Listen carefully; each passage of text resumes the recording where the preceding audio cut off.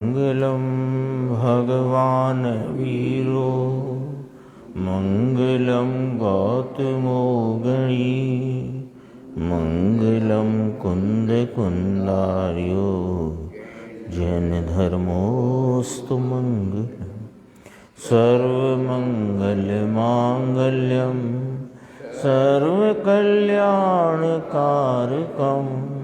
प्रधानं सर्वधर्माणां जैनं जयतु शासनं सहजानंद चैतन्य प्रकाशाय महीयसे नमो अनेकांत विश्रांति महिमने परमात्मने।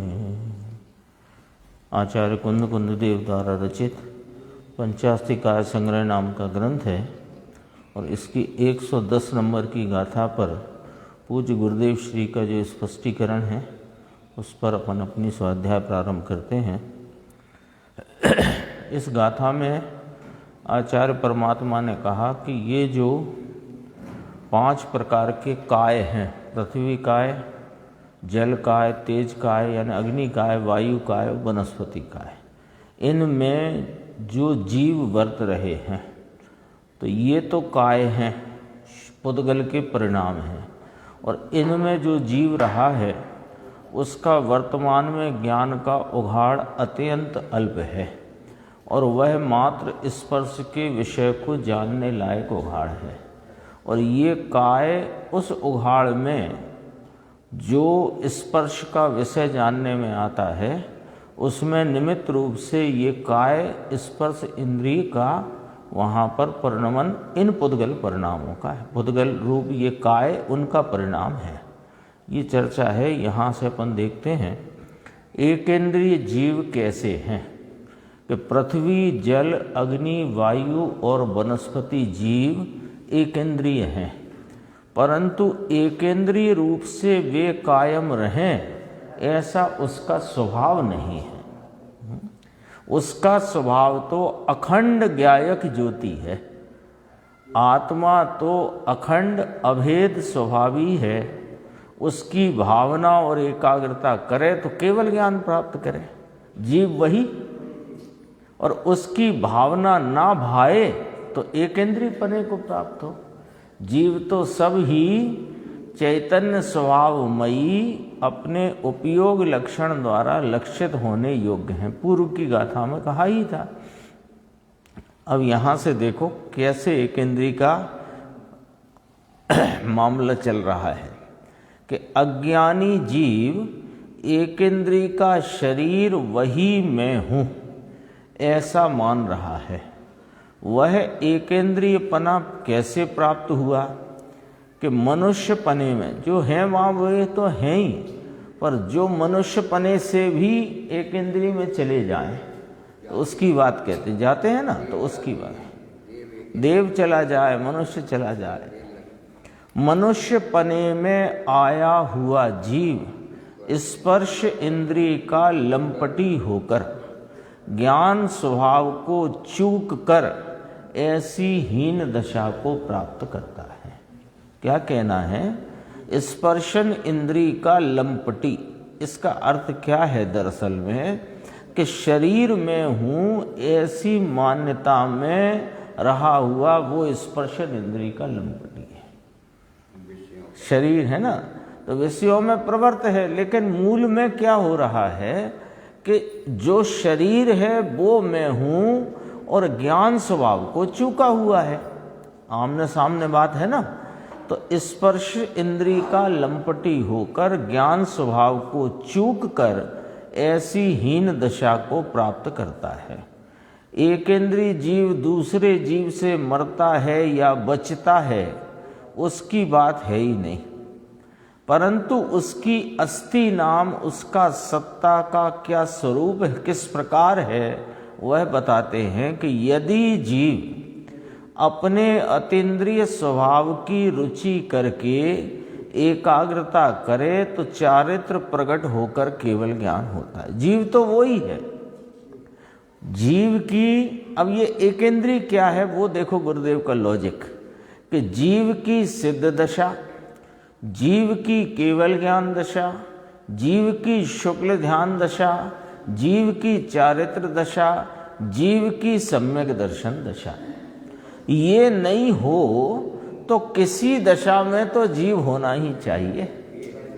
अपने को समझा रहे हैं एक इंद्रिय पर्याय में तू कैसे चला जाएगा, जब जाते हैं इसकी लॉजिक दे रहे हैं। तो बहुत गजब की बात करिए ये नहीं करके भाई। सिद्ध दशा, केवल ज्ञान दशा, शुक्ल ध्यान दशा, चारित्र दशा, सम्यक दर्शन दशा, यानी साधकों की दशा और साध्य भाव की दशा, कोई ना कोई दशा तो होगी।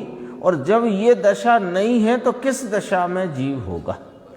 ये 5 कि सम्यक दर्शनादि से लेकर सिद्ध दशा तक की सभी दशा पंचेंद्रिय की भूमिका में होती है।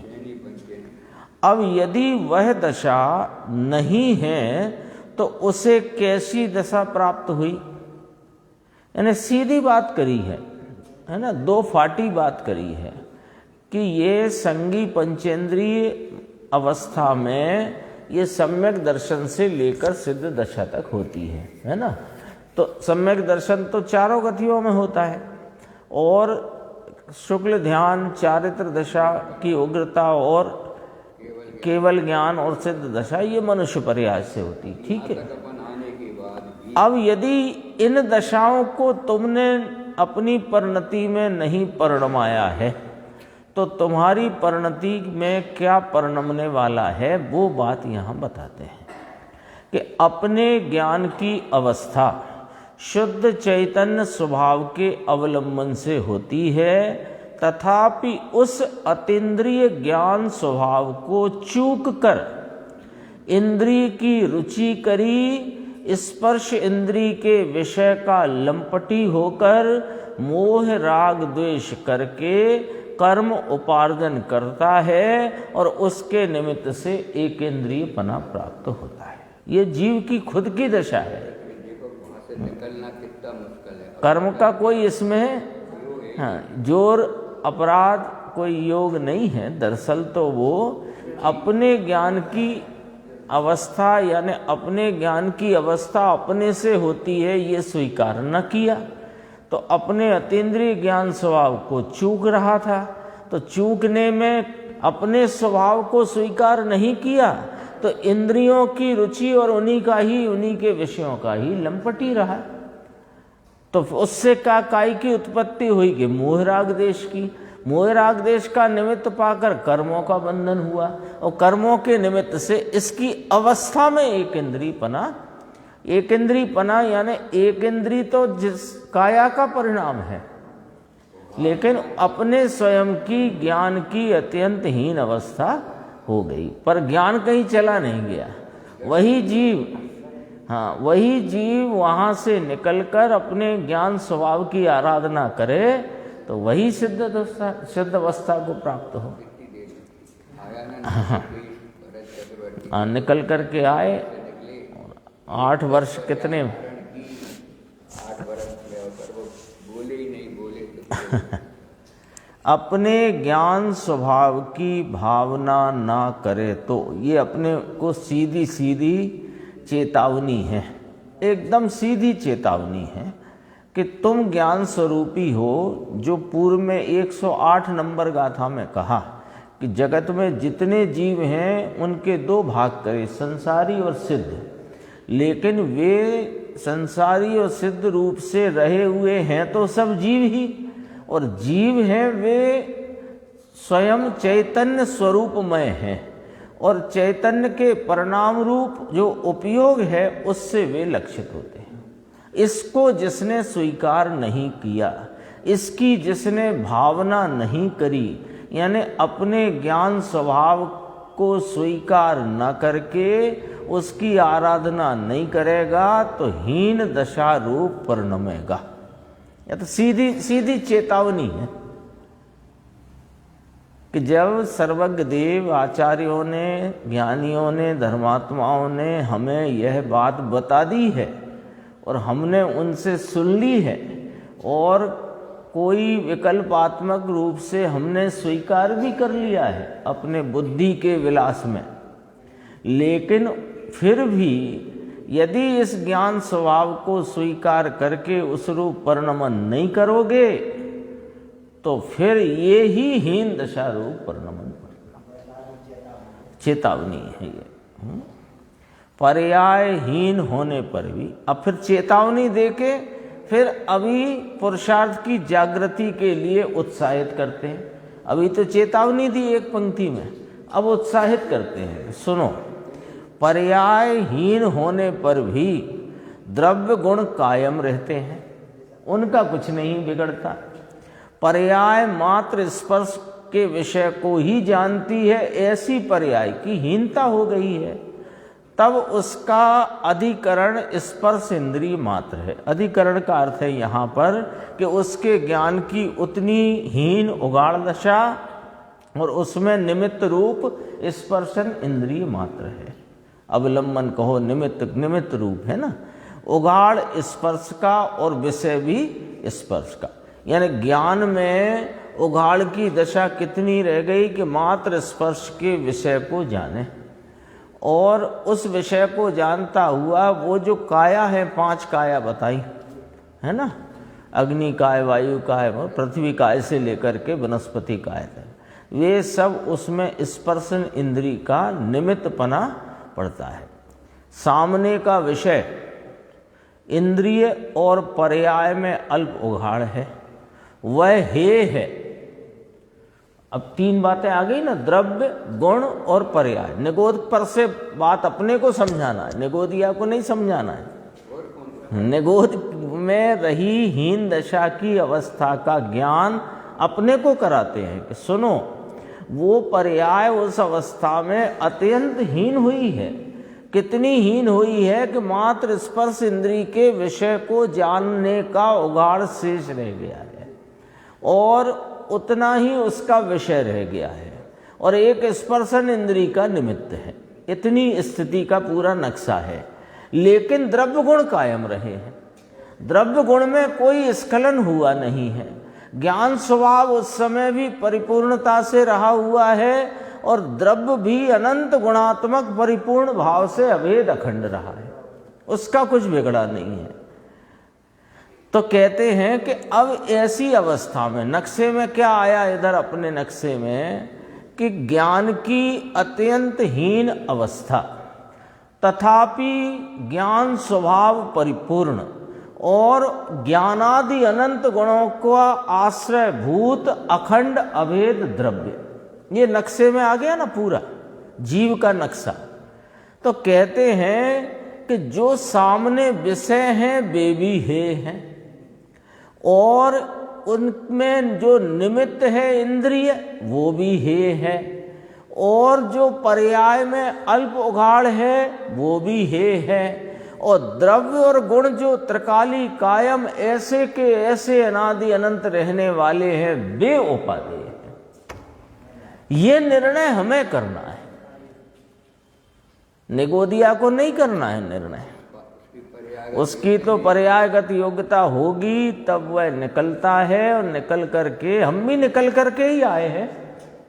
अपन क्यों गए या फिर क्यों जाएंगे, और अब नहीं समझे तो फिर जाएंगे। ये नक्की करना है। निकल करके तो अपन भी वहीं से ही आए, लेकिन अब क्या नक्की करना है, यानी ये पूरी चर्चा में पर्याय की स्थिति 2000 सागर तो उत्कृष्ट बताई, और उसमें भी अधिकतर नरक में और देवगति में। मनुष्य पर्याय तो कुछ अधिक में ही आती है बस, उसमें अपना हित कर लो तो कर लो, नहीं तो फिर वहीं जाना। और ऐसी मनुष्य पर्याय तो एक बार थोड़ी 2000 सागर के लिए निकला, एक बार 2000 सागर उत्कृष्ट त्रस की स्थिति में निकला, और ऐसे ही इस शरीर को ही अपना मानता रहा, राग को उपादेय मानकर फिर निगोद चला गया, और फिर ऐसे अनंत बार 2000 सागर को निकला है ये।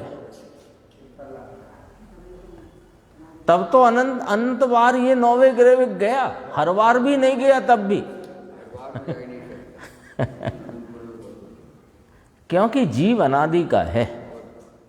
1-2 सागर तो एक स्थिति का विवरण है बस, त्रस की स्थिति का। बहुत गजब है। देखो यहाँ अपने को सावधान करते हैं अब भी यदि सावधान ना हुए तो सामने फिर वही की वही दशा होने वाली है। इसलिए देखो कितना स्पष्ट लिखा गुरुदेव श्री ने फरमाया कि सामने का विषय यानी निमित्त है ना, इंद्रिय वह भी निमित्त, और पर्याय का अल्प उघाड़ यानी एक समय की पर्याय और उसमें वेदन में आता हुआ राग, दो बातें हो गई ना। निमित्त कौन से निमित्त? विषय रूप निमित्त, उनमें जो विषय संबंधी ज्ञान में जो इंद्रिय का अवलंबन रूप निमित्त, ये दोनों निमित्त के अकाउंट में डाल दो, ठीक है। और अपनी पर्याय में, ज्ञान की पर्याय में अत्यंत अल्प उघाड़, वो उघाड़ पर्याय का भाव है एक समयवर्ती, और उस पर्याय में जो रागादि मलिनता का वेदन है वो भी मैं नहीं, एक समय की अल्प उघाड़ रूप पर्याय वो भी मैं नहीं, वे सब हे हैं। तो निमित्त, रागादि भाव और एक समय की पर्याय, उनका लक्ष्य छोड़कर ये जो द्रव्य गुण अपना त्रैकालिक ध्रुव कायम और एक सरखा सदृश रहने वाला जो तत्व है वही उपादेय है, ऐसा जिस जीव ने निर्णय नहीं किया और अतीन्द्रिय ज्ञान स्वरूप की भावना को छोड़कर अल्पज्ञता की तथा इंद्रियों के विषयों की गृद्धि पने की भावना भाई, इसलिए एक इंद्रिय पना मिलता है। क्यों जाता है निगुण? ऐसे निमित्त तथा अल्पज्ञता की भावना वाला स्वभाव की तीव्र अरुचि करे तो हीन दशा होते होते एक इंद्रिय पने को प्राप्त होता है। तो स्वभाव की तीव्र अरुचि का अर्थ क्या? स्वभाव की तीव्र अरुचि, अनादर, अरुचि नाम अनादर, उसकी महिमा गरिमा का अनादर कैसे करके किया इसने कि ये निमित्तों की और इंद्रियों की और राग आदि की, इनकी रुचि में रहा और एक समय की पर्याय की रुचि, इसी को ही कहा पर्याय बुद्धि, निमित्त बुद्धि ऐसे करके कहो, या निमित्त इंद्रियां, अल्प उघाड़ और राग आदि ऐसे करके कहो। इनकी रुचि में इसने अनादर किया किसका? अतीन्द्रिय ज्ञान स्वभाव का, और उसका फल क्या आता है कि एक इंद्रिय पना प्राप्त होता है। पूरी चर्चा में ये नहीं बताना है कि एक इंद्रिय जीवों की रक्षा तुम कैसे कर सकते हो और कैसे नहीं कर सकते हो, तुम्हारे कैसे कृत्य से उनका मरण हो जाता है और कैसे कृत्य से उनके प्राणों की रक्षा हो जाती है, ये विषय ही नहीं है। यहाँ विषय ये है कि तुम कैसे, यदि तुम इस संगी पंचेंद्रिय पना मनुष्य भव और ऐसे अत्यंत दुर्लभ से दुर्लभ से दुर्लभ से दुर्लभतम अवसर को प्राप्त करके भी यदि इस चैतन्य स्वभाव की रुचि न करी अथवा राग की रुचि करके इसका अनादर किया तो उसके फल में नियम से एक इंद्रिय पना प्राप्त होगा और होगा। ये सर्वज्ञ देव के सिद्धांत का लेख है। मुद्दा ये है, अपनी दया करो तो हाँ, मुद्दा ये है। यानी ऊपर देखो चेतावनी दी, अपने ज्ञान स्वभाव की भावना न करे तो हीन दशा रूप परिणमता है। फिर मार्ग भी बता दिया।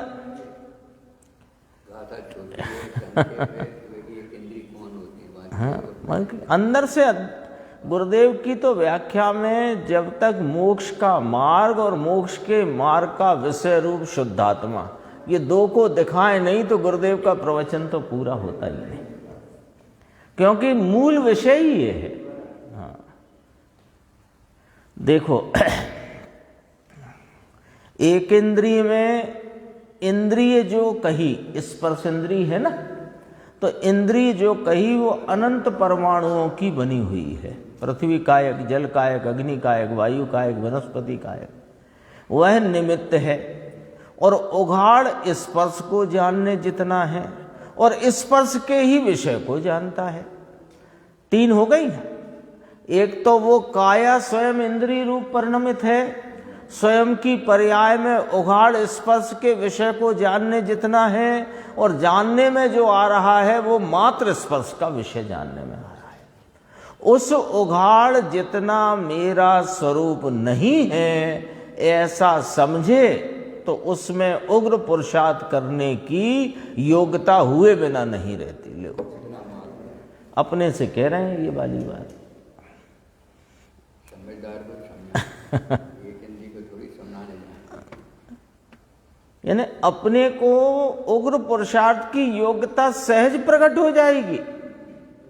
अच्छा कैसे हो जाएगी कि ये जो वर्तमान में अभी एक इंद्री की बात तो कहीं सामने, विषय वो है, इसलिए अभी जितना भी ज्ञान का क्षयोपम रूप उघाड़ है और उसमें जो इंद्रियों का निमित्तपना है और उसमें बाह्य इंद्रिय के विषय रूप पदार्थों का जानपना है, इतना ही मात्र तुम्हारा स्वरूप नहीं है। ऐसा अंतरंग में निर्धारण करके अपने ज्ञान स्वभाव की परिपूर्णता की महिमा अंदर में जागृत करे तो उग्र पुरुषार्थ की योग्यता हुए बिना नहीं रहेगी। कैसे पुरुषार्थ करें कि पुरुषार्थ करने के लिए पुरुषार्थ की उग्रता चाहिए। कहते हैं ना कि क्यों नहीं यह आत्मा लक्ष्य में आता, क्यों नहीं यह उपयोग आत्मा को विषय करता, क्यों नहीं यह आत्मा का अतीन्द्रिय आनंद स्वाद रूप संचेतन रूप हो रहा, क्यों नहीं मुझे अपनी स्वीकारता हो रही कि तुम राग की रुचि में और अल्प ज्ञान की जो उघाड़ रूप क्षयोपम दशा का ज्ञान है उसकी रुचि में पड़े हो, तो वो उसमें हो क्या रहा है कि चैतन्य तत्व की महिमा का, गरिमा का अनादर हो रहा है। इसकी महिमा करो तो नियम से उग्र पुरुषार्थ की योग्यता उत्पन्न होगी। ये वाली बात है। देखो एक इंद्रिय में से पंचेंद्रिय पने तक का विकास हुआ अपना, अपन सबका है कि नहीं, इतिहास ही है ना। कहाँ से आए, कहाँ से हुआ, कैसे हुआ कि सुनो, एक इंद्रिय में थे और वहाँ से शनै शनै विकास होकर के पंचेंद्रिय पने, संगी पने तक का यहाँ विकास होकर के अभी अपन वर्तमान में अपने ज्ञान के विकास की अवस्था इस प्रकार की लेकर के बैठे हैं। ठीक है, वह समझण करके अतीन्द्रिय पना प्राप्त करे तो वह कहाँ से प्राप्त किया। जो जीव, जैसे अभी बात करते थे, भरत के इतने पुत्र निकल करके आए, मनुष्यपना प्राप्त किया और मनुष्यपना प्राप्त करके और समझन करी और अतीन्द्रियपना प्राप्त किया, तो कहाँ से किया? तो कहा इंद्रियों की भावना करने से होगा क्या। देखो ये इतनी सी अंडरलाइन कर रखी है इस बात को, थोड़ा समझने की बात है ये।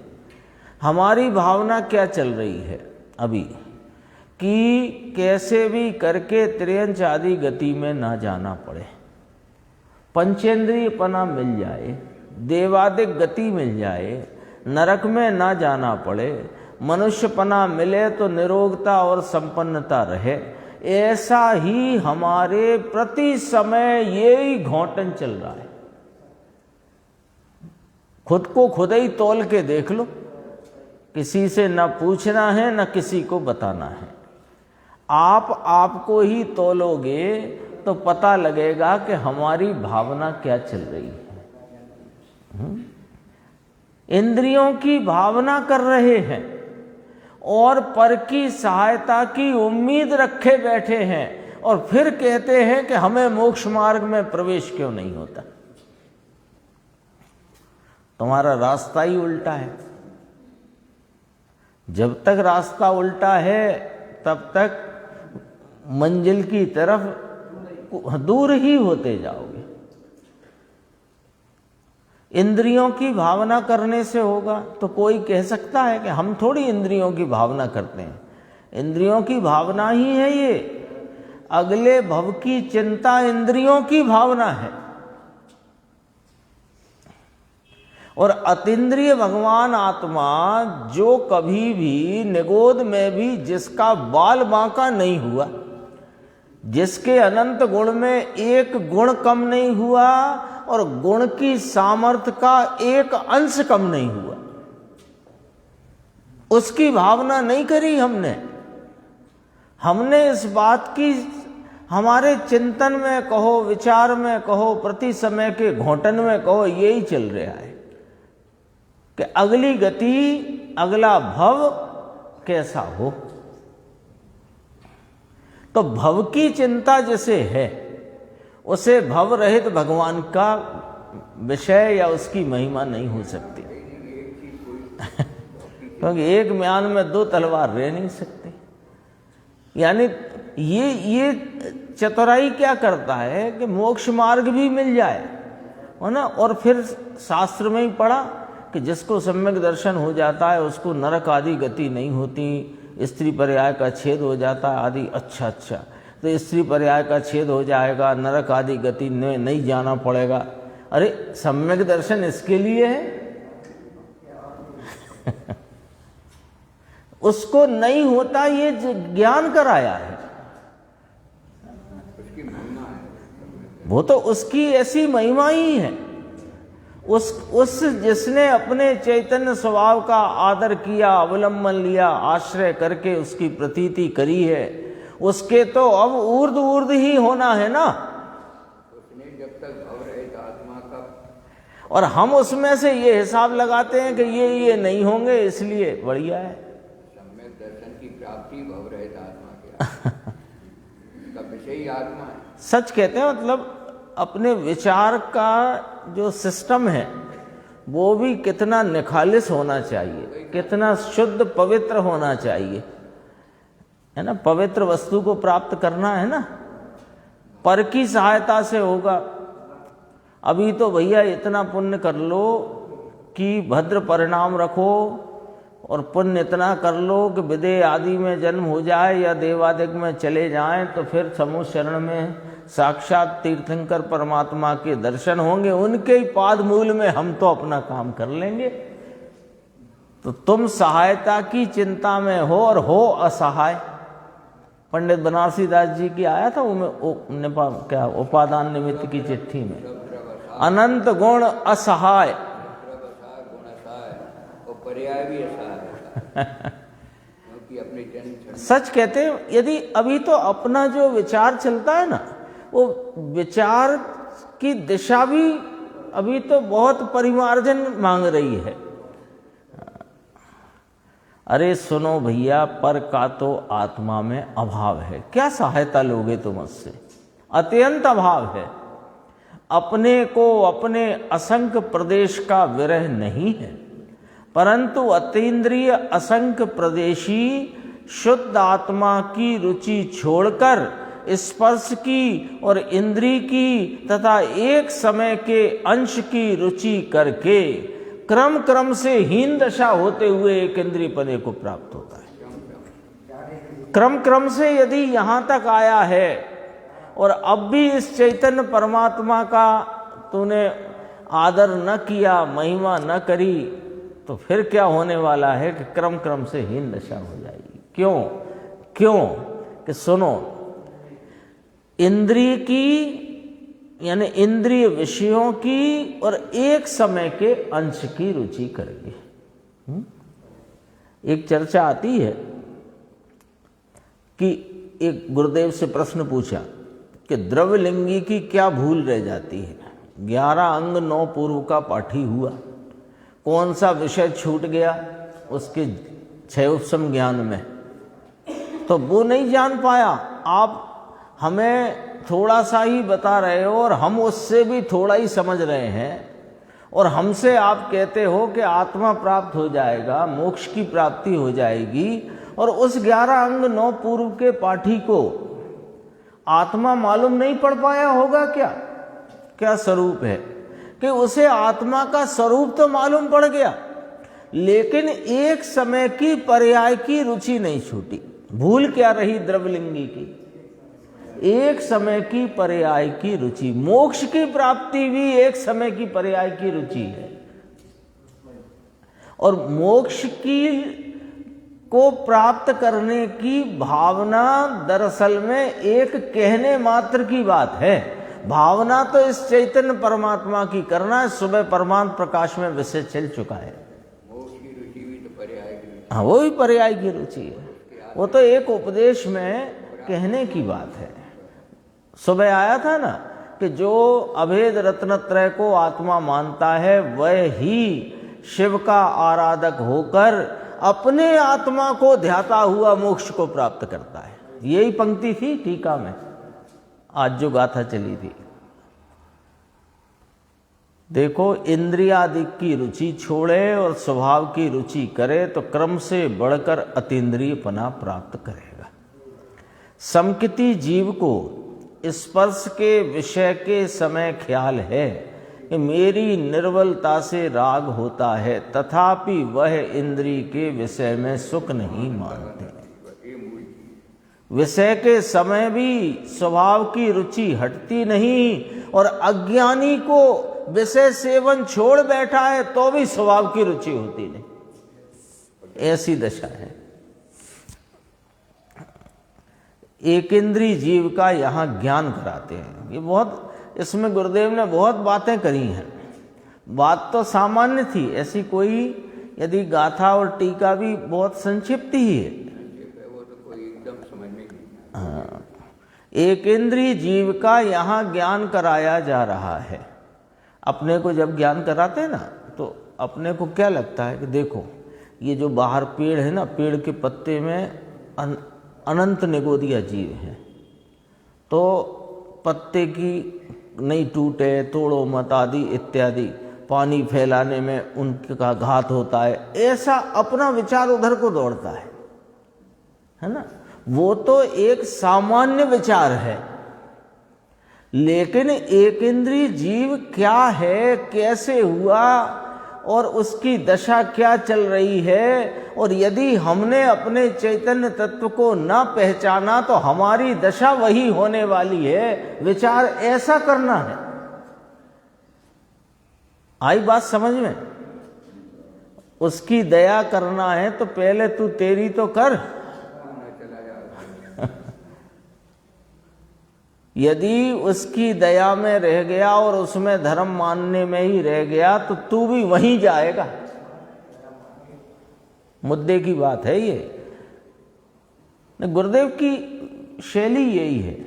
जैसे गुरुदेव सुबह जाते थे तो कहीं कोई टेम्पो से कुचल के कोई कुत्ता मर गया, कोई ऐसी घटना रोड पे दिखी जाती है ना, तो वे ये विचार नहीं करते थे कि इसकी क्या दशा हुई, वो तो दिख ही रही है, वो विचार भी आता ही है, वो सामान्य बात है। वो तो उसमें ये विचारते थे कि मेरी ऐसी दशा कितनी अनंती बार हुई होगी। हाँ, वो ही। और जब इसने अनंत परावर्तन किए कि नहीं, 5 परावर्तन, तो सब हुआ कि नहीं हुआ है। देखो, एक इंद्रिय जीव का यहाँ ज्ञान कराते हैं। नहीं जाता, जब तुझे साफ विचार कर तो अब वो ना बने उसकी। अरे वो 6 डाला में एक नरक गति का वर्णन पढ़े तो रोंगटे खड़े हो जाते हैं। वो तो संयोग पर से स्थिति का ज्ञान कराया है। ऐसी जितनी उसमें लिखी है पीड़ा की बातें, वे सब तूने स्वयं अनंत बार भोगी है। असल में क्या है कि अब मौका मिल गया है, और अब मौका चूके तो क्रम क्रम से वापस जाना। एक इंद्रिय जीव का यहाँ ज्ञान कराते हैं। हाँ, चला जाए, उसमें क्या है। धर्मी जीव एक इंद्रिय जीव के स्वरूप का ज्ञान करके विचार करता है। धर्मी जीव एक इंद्रिय जीव के स्वरूप का ज्ञान करा रहे ना आचार्य, तो विचार करता है कि इस जीव ने स्वभाव की रुचि छोड़ी है और इंद्रियादि की रुचि की है, इसलिए ये हीन दशा को प्राप्त हुआ है। मैं इंद्रिय की रुचि छोड़कर स्वभाव की रुचि करके उग्र रूप से स्वभाव को साध लूं, ऐसी भावना धर्मी भाता है। ऊपर के कथन का सार ये है कि देखो गंभीर गंभीर है, अब यहाँ से विषय थोड़ा सारभूत भी है और गंभीर चर्चा है कि अतीन्द्रिय आत्मा है ऐसा स्वीकार करने से इस जगत में अनंत आत्मा है ऐसा साबित होता है। उसमें एक इंद्रिय लिखा होगा है ना, हाँ, इसमें अतीन्द्रिय छपा है। एक इंद्रिय आत्मा है, एक इंद्रिय जो जीव कहे वे सब आत्मा हैं ऐसा स्वीकार करने से करो कि कितनी जीव राशि होगी, जैसे अपन निकल के आया अक्षय अनंत जीव राशि। स्वयंभू रमण समुद्र की कितना अथाह जल है, उसके नीचे अपन पड़े। अब कैसे तो ऊपर आए पहले, तब फिर मनुष्य बना मिले, कहाँ तक इसकी हीनी दशा होती हो। एक इंद्रिय, इसमें गलत छपा है अतीन्द्रिय, एक इंद्रिय आत्मा जगत में है ऐसा स्वीकार करने से जगत में आत्माएं अनंत हैं ऐसा साबित होता है। एक इंद्रिय पने में परिणमन बहुत हीन हो गया है।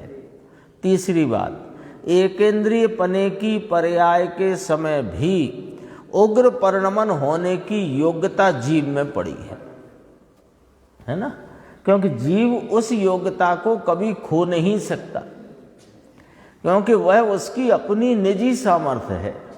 वह किसी अन्य के सहायता से सामर्थ्य का उत्पादन हो या सामर्थ्य का भाव जागे ऐसी जरूरत नहीं है। वो योग्यता उसमें उस समय भी पड़ी है और उग्र पुरुषार्थ द्वारा एक इंद्रिय पने का अभाव होकर सर्वज्ञ हो सकने की योग्यता उस जीव में भी पड़ी हुई है। हाँ, इस प्रकार अनंत आत्मा है, उसमें विरोध करके, आत्मा का विरोध करके हीन दशा को प्राप्त एक इंद्रिय जीव हैं जगत में।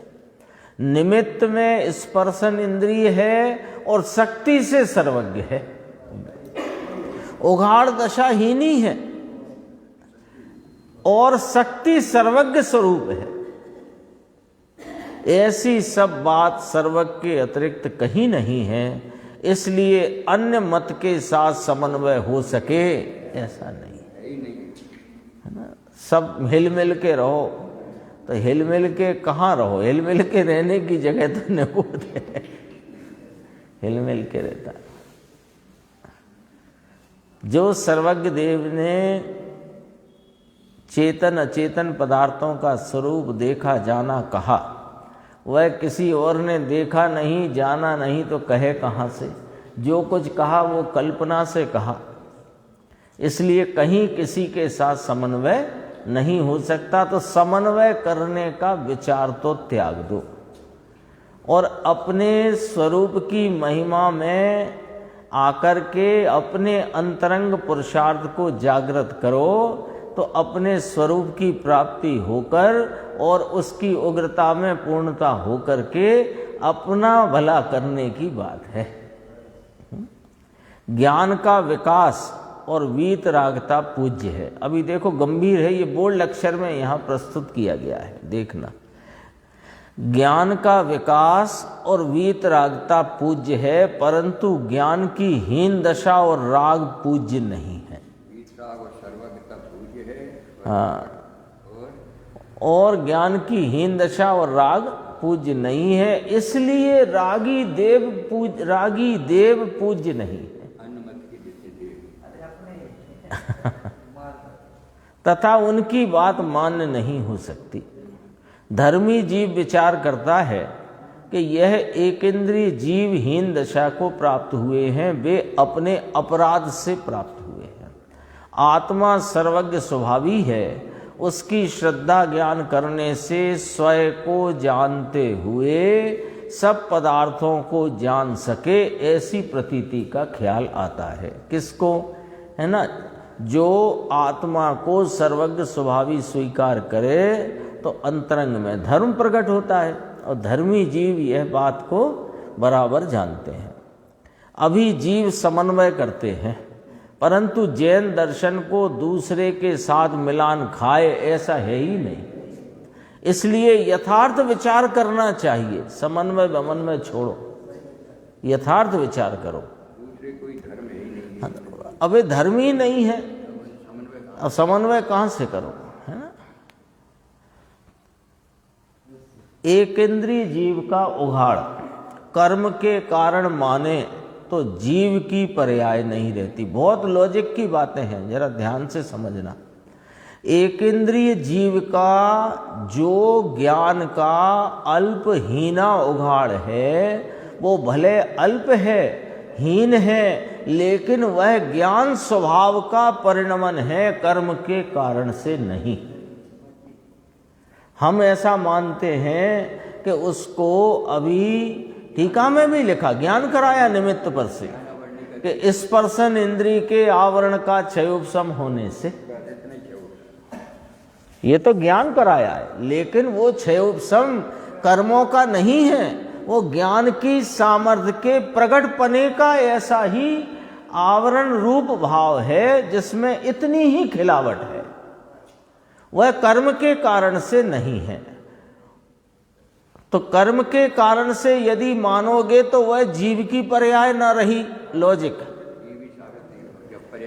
जीव है ना, एक तो क्या है कि अत्यंत सूक्ष्म अवगाहना है उसकी, अत्यंत सूक्ष्म अवगाहना, और उसमें फिर उसकी जो ज्ञान की हीन दशा है, वो हीन दशा यदि उसकी नहीं मानी और कर्म के कारण मानी, यदि कर्म के कारण मानी तो फिर जीव की कौन सी दशा है सो कहो। और जीव बिना पर्याय का हो गया तो फिर द्रव्य ही नहीं रहा। वर्तमान दशा के बिना, क्योंकि उसकी वर्तमान दशा तो तुम कर्म के कारण मान रहे हो, फिर जीव की वर्तमान दशा कौन सी है ना। देखो, पर्याय नहीं रहने पर जीव साबित नहीं होता। दूसरी बात, जीव की हीन दशा के कारण कर्म आया ऐसा माने। अब दूसरी बात, पहली बात तो ये कि जीव की जितनी अभी अल्प उघाड़ की दशा है, वो उसके अपने अपराध से उस समय की योग्यता रूप भाव है। कर्म के कारण से उसकी अल्पता को मानोगे तो फिर उसकी पर्याय का क्या हुआ, फिर उसकी पर्याय ही ना रही। पर्याय ना रही तो जीव साबित नहीं होता, एक बात। अब दूसरा, कोई ऐसा विचार करे कि जीव की इतनी हीन दशा है इसलिए वहां पर कर्म का ऐसा आवरण आया हुआ है, तो कहा ऐसा मानोगे तो पुद्गल द्रव्य साबित नहीं होता।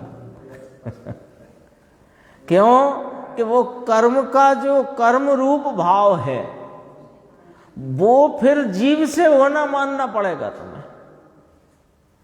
तो फिर कर्म पुद्गलों की पर्याय का क्या हुआ, वो तो फिर जीव की हो गई।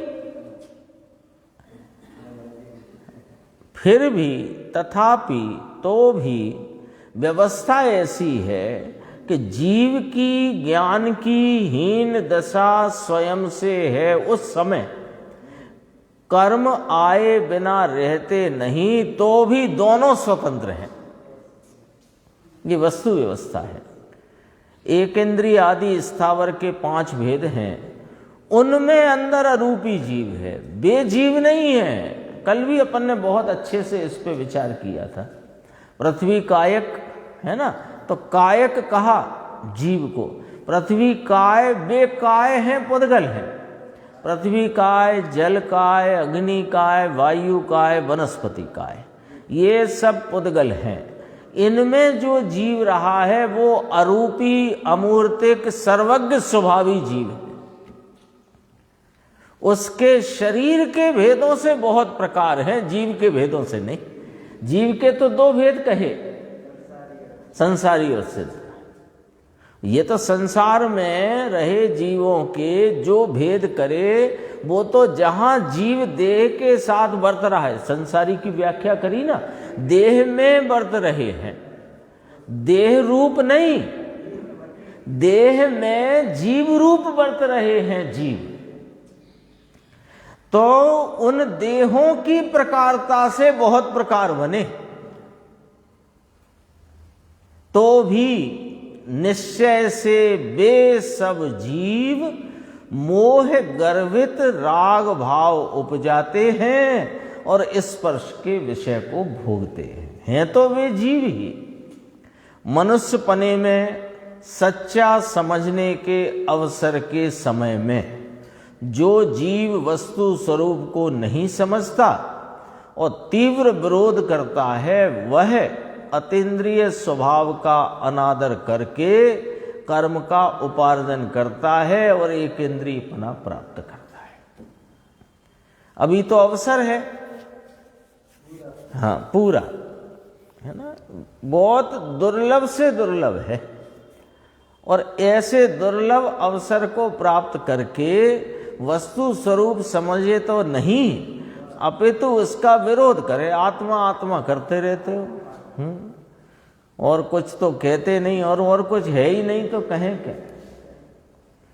वह अतीन्द्रिय स्वभाव का अनादर करके कर्म का उपार्जन करता है और एक इंद्रियपना प्राप्त करता है।